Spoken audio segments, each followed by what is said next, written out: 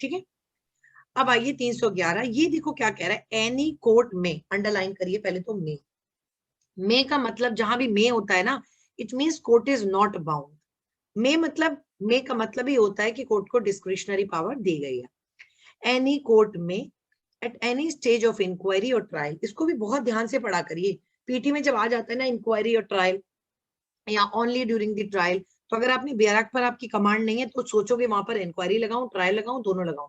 तो बहुत ध्यान से पढ़िए, at any stage of inquiry और ट्रायल और other proceeding under this code, summon any person as a witness, any person लिखा है, किसी भी व्यक्ति को। तो 311 को हमेशा पढ़ो आप, 165 of the Indian Evidence act, आपको बहुत अच्छा 311 समझ आएगा। 165 ऑफ एविडेंस एक्ट क्या कहता है? 165 कहता है, कोर्ट के, मैंने आपको 165 पढ़ाया था तो बताया था, it is not only the duty of the parties to produce the best evidence, rather it is also the duty of the court to extract best evidence. होता है ना, कोर्ट की भी ड्यूटी है। तो कोर्ट बेस्ट एविडेंस कैसे extract करेगी? अगर कोर्ट को ड्यूरिंग द इंक्वायरी और ट्रायल अगर कोर्ट को लगता है कि that person may be acquainted with the fact and circumstance of the case, that person may be the star witness in the case, court को लगता है कि इसके टेस्टिमनी बहुत जरूरी है, इसको कोर्ट में प्रोड्यूस कराना बहुत जरूरी है, तो कोर्ट किसी भी व्यक्ति को, इससे कोई फर्क नहीं पड़ता, किसी भी व्यक्ति को जो कोर्ट को केस डायरी पढ़कर, एविडेंसेस को देखकर, एफआईआर की कॉपी देखकर, जिस भी चीज को, किसी के टेस्टिमनी को सुनकर, अगर कोर्ट को लगता है, ध्यान है ना, जॉली एलएलबी याद है, उसमें जो कौन होता है, कादरी, उस दिन भेजा था ना ग्रुप में मैंने, कादरी को बुलाया गया था, जबकि वो कह रहा है कि साधु से इस केस का क्या नाता।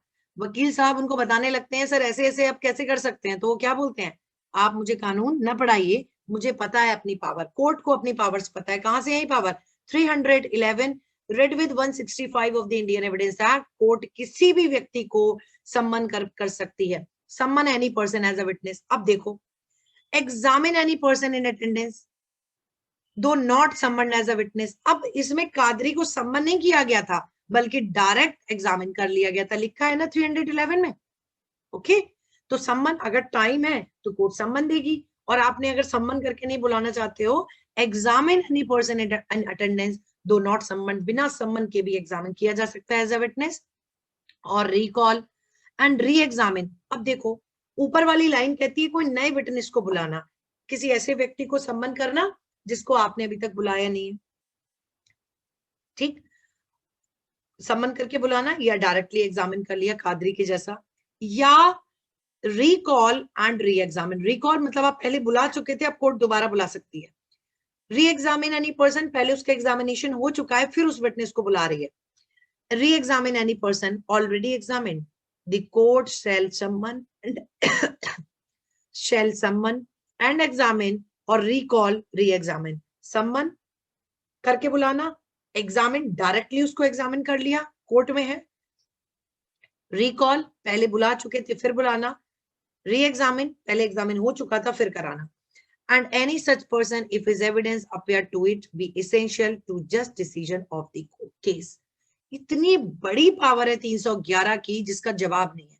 लास्ट लाइन जो लिखा है, to just decision of the case, court को जिस भी व्यक्ति के स्टेटमेंट कराने पड़े कोर्ट करा लेगी, court is not bound by the list of the witnesses, court बिल्कुल बाउंड नहीं, कोर्ट को लगता है the examination is essential to the just decision of the case and it is again meant for the justice. Okay, 311, ठीक है, to ensure the justice, it is essential for the end of justice, तो वहां पर आप 311 की power का इस्तेमाल कर सकते हो। समझ आ गया सबको?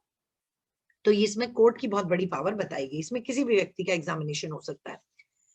अब आइए आप next 311A, power of magistrate to order person to give specimen signature और हैंड राइटिंग। इसको आप ध्यान रखिएगा,